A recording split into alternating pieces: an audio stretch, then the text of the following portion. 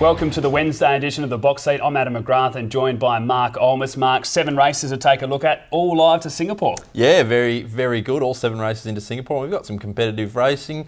Again, some good betting races too. Yeah, there looks like there's some classy ones through the card as well, which we will get to. Let's take a look at the conditions that we are going to be faced with first, though. The Moogle Rail is out 18 metres with a cutaway in the straight. Still a bit chilly in Perth as well, partly cloudy, but should be a perfect racing weather. We'll get into race number 1. It's over the 1,300 metres, an event for the 2-year-olds and a couple that have just taken that next step in their previous runs. Yeah, it's not the worst Wednesday 2-year-old race we've seen. There's actually a couple of nice ones and a couple of unknowns as well, but we'll go straight into the replay of last start winner, Dusty Storm. In a new role today is just in front and just got away now from Speed Trap. Dusty Storm the inside. Raw Missile is pulling out wider and starting to run on to give chase to General Hassan and Dusty Storm. Dusty Storm on the inside of General Hassan and they're locked in battle. Raw Missile is down the outside. Dusty Storm hit the front from General Hassan. Raw Missile's coming home strongly, but it's Dusty Storm in front of Raw Missile and General Hassan, and Dusty Storm by 3. Good performance there by Dusty Storm. I thought the other horses might actually get the better at the top of the straight, but continued to fight on. I thought the most impressive thing was the win over the 1,300 metres. I'd put this horse into sort of that 1,000, 1,100 metre bracket, but the run over 1,200 metres behind Miss Lawrence was very good, and this was a strong victory too. The question mark is now, though, can it continue that form? It goes up a kilo, and there's a couple of handy ones in this. The penalty's always a concern with these 2-year-olds, Adam, but also in that race was General Hassan. I thought the run was just as good. It led on that occasion, which none of us really expected it to do with the winkers on, but it still fought on well. The start before that, of course, it showed a dazzling turn of speed from back in the field behind Heron Point, but even Dusty Storm, that run was very good along the inside. It was lucky enough to get the cutaway, which may have helped the length and margin of her win, but it was still a good run. We've also got in the race number 3, Brother Rand. I really like this horse. The blinkers go on. There's a couple in this race with the blinkers going on. Should ensure a good, solid tempo. We're just going back to General Hassan as well before we speak of Brother Rand. I think the point you brought up was that the horse went forward, and I think they'll take a sit here from barrier 4. We'll see that turn of foot, and that should be the turning point for this galloper as well with that nice draw. But Brother Rand, as you mentioned as well, another type that's just slowly progressing into it. I had a bit of time for this horse last campaign, and there were still a couple of question marks. The first run was fair, beaten 3 lengths, but I really like that last start. Attacked the line strongly. Jason Brown had to work. You can see that this is a type of galloper. I think that if you let it be slack, it's going to be, but you've really got to stoke it up. Blinkers going on, hopefully switch on a little bit more, and this horse will appreciate the extra 100 metres. That run behind If Only, it actually brought If Only into the race from 3. It was 3 wide from about the 600. It did a lot of work the whole trip and was very game in defeat. As you mentioned, blinkers on should sharpen it up and give it that extra couple of lengths. Certainly should. Let's take a look at the selections. I'm going to go with number 2, General Hassan. I think just gets that quieter run and attacks the line strongly. From 4, Gangbuster, number 3, Brother Rand, and 9, No Say In It. I've got number 2 on top as well, General Hassan from 3, Brother Rand, the well-related 4, Gangbuster, and 1, Dusty Storm. Race number 2 at Belmont Park. It's over the 1,000 metres. A handy bunch again, and I'm really looking forward to seeing a horse that I think we'll both have on top. I think we'll open up as the favourite as well. Was pretty unlucky at last start and is going in a very nice stable as well at the moment. Yes, we've seen those colours salute a fair bit. We're talking about, of course, You Want Answers, but we'll have a look at the last start performance of number 12, Foxy Royale. Leader into the straight, Foxy Royale on the inside. Astronomite now down towards the rail is starting to close in on the leaders. Foxy Royale has gone to the lead from Nordic Gem, but Astronomite on the inside. And then Glenalbin further out running on well with Trade Search. Astronomite had gone up to take the lead. Comes away now Astronomite and wins a length and a half to Nordic Gem, Foxy Royale, Bergio late.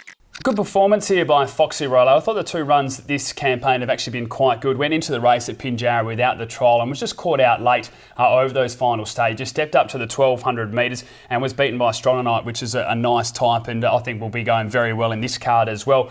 Question mark for mine, dropping back to the 1,000. This horse was nominated for 3 races, 2 1,000s and 1 1,200, including Pinjarra on Thursday. They've elected to go this way. The 55 kilos, just concerned whether it may be too short for her, but fitness should be right up now. 3rd up in the prep, can probably roll forward in this field as well, and I think will be one of the leading contenders. Yes, we see Astronomite later on in the day as well, but that run, Astronomite actually followed this horse, and I thought this horse stuck to its guns quite well. Probably not to Astronomite's level, but still stuck to its guns well. Barrier 9, go back, take a nice cold sit and be running on late. We've also got, as you mentioned, Adam, You Want Answers from the Sean Casey yard, who's absolutely flying. One thing I really like about the stable and the Casey family, Jake the rider, he's coming of age. You can see it with a horse like Vega Magic.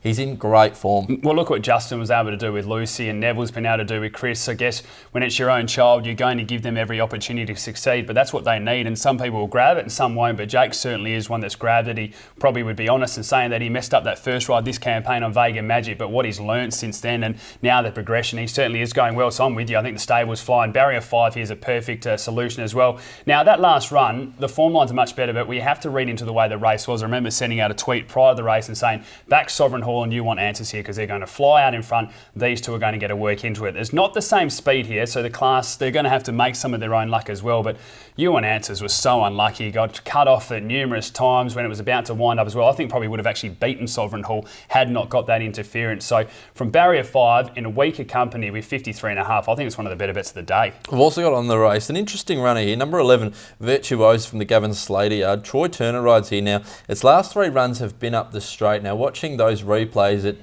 the first start, it just seems to hang its head out the whole time, and I think back around a bend, I think it'll suit him. I'm very keen on that theory of horses who can handle the straight and horses who can't. Now, this horse from Barrier 6 with a bit of cover around a bend, I think should slingshot. I think you're onto something here, and I agree with you completely. I think this filly's got a bit of class. I know that Gavin Slater thinks the same. The tongue tie comes off here as well. Has just been getting lost, and we know the 1,000 metre races, they're more equivalent to a 1,200 with how hard they have to work. Now, you add in the bend, you get the cutaway as well. It's going to have plenty of opportunity. This horse has speed as well. I think it can get to the front from here and be very hard to run down as well. So certainly one that you may get each way odds for that you can include in your numbers, but I'm going to tip number 10, You Want Answers. As I said, one of the better bets of the day. From 12, Foxy Royale, number 1, Another Maori Boy, and 13, Foundry Court. 10 on top for me as well, Adam. You Want Answers from 5, Faulty, 12, Foxy Royale, and 11, Virtuosa. Race number 3 at Belmont Park. It's over the 1,400 metres. Probably one of our weaker Class 1 handicaps we've had, but there's still a winner in here somewhere. Absolutely, and we're going to find it. Let's have a look at the last start replay of Staunton, who ran up the Pinjarra Straight. It was one of the last ones out onto the course proper as they race up towards the 200 metre mark where Audience had gone through to take the lead. Little Trader and Staunton are running on, and then Virtuosa. West River Ranger back behind those, but Audience clear. Little Trader's trying. Staunton goes with it, but Audience too strong, the favourite. Got a little bit of an opinion of this horse. I went back and watched the trial closely, and I thought it was a really good run on that occasion. Obviously attacked the line strongly. Jared Noski rides these trials so well and can get the horses to lift. The 1,000 metres, just too short, simple as that. And I think a bit like what you mentioned in the previous, didn't appreciate the straight. We'll be looking to track horses into the race and then really kick at the top of the straight. Now, Peter Nucky takes a rind with Jared away. Barrier 4, the 58 kilos. There's some good speed in this. As I said, it's pretty weak as well. I think this horse can certainly be winning. Yeah, it was still a good performance up the straight too, even though it might not have handled it. It didn't have cover for a fair while of it too. It was always looking between a gap, and it actually took that gap. Our Audience had it all its own way out in front and did it very easily on that occasion, but I really like this gelding by O'Reilly. We've also got in the race number 6, Love Trade. Now, this Trade Fair filly was good 2 starts ago, winning a maiden, and last start behind Laura May, it was a little bit keen in the run, but you know, Laura May's just been kicking goals ever since. Yeah, improved dramatically, didn't it, from the previous form lines? Obviously, it was a nice win at Northern in a maiden. The form lines before that were only fair, but I thought last start was really good. Got back a ridden cold because of barrier 11 and attacked the line strongly. So now that they're forced into barrier 2, it'll be interesting to see what they do there. Can probably still take a bit of a sit, knowing that they've got the cutaway and that'll open up for them. Now the 2 kilo claim to Jordan Turner as well, so just 55. I think Love Trade's a filly that can certainly win this. We've also got number 5, Indefatigable, blinkers on. Have a go at saying that, Adam. Yeah, I'm not looking forward to it because I've got it on top as well. But the blinkers going on, certainly the big bonus here. You go through the form lines with Ragnar Saga, Laura May, and also Warzar. I think this horse is probably the best in the race. It's not racing extremely well, but blinkers on, smallish field, attack the line, and I'll be tipping that way. So Indefatigable on top for me. Well done. And then I'm going with number 3, Staunton, from number 1, Secret Ensign, and number 6, Love Trade. I'm going with the 6 on top to get the nice run in the race from Barrier 2. From 5, Indefatigable, 3, Staunton, and 1, Secret Ensign.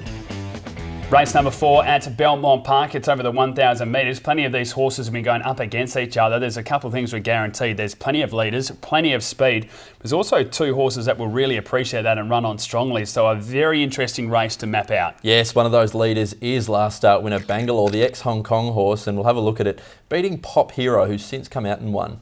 Up. Bangalore leads by 3/4. Jack and Sam giving chase, but the leader has bounded away inside the 250, and then came Pop Hero. Caribbean Cruise on the inside. Further back is Long Knife. Bangalore, he's off his feet at the moment. He's just in front. Pop Hero's coming through. Bangalore hanging on though from Pop Hero, the favourite. I think he's going to do enough from Pop Hero. Great battle for third, but Bangalore came along.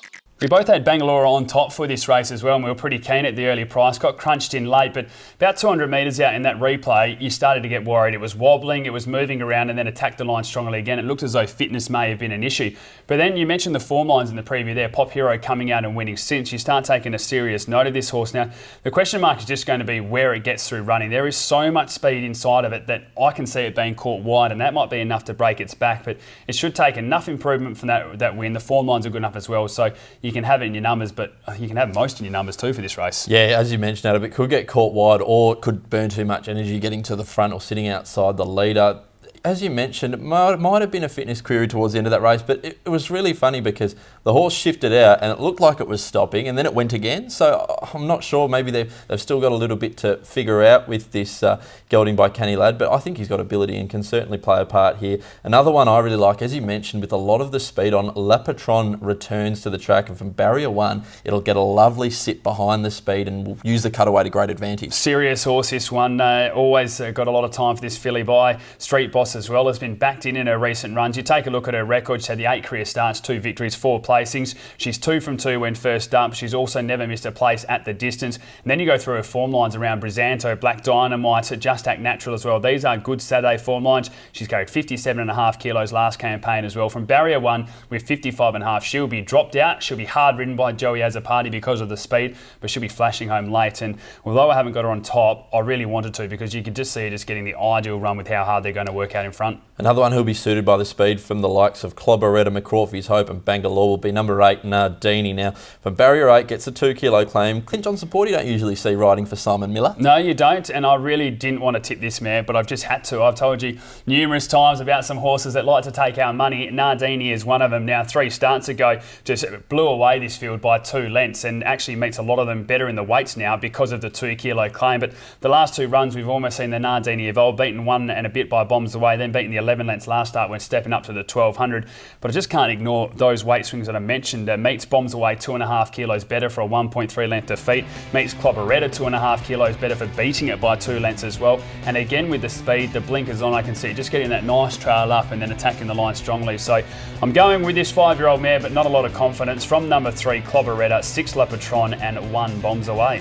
I've got number 6 on top, Le Patron. I can see her getting a lovely run in the race. From 1, Bombs Away, finishing off strongly late as well. 5, Bangalore, and number 4, McCrawfie's Hope.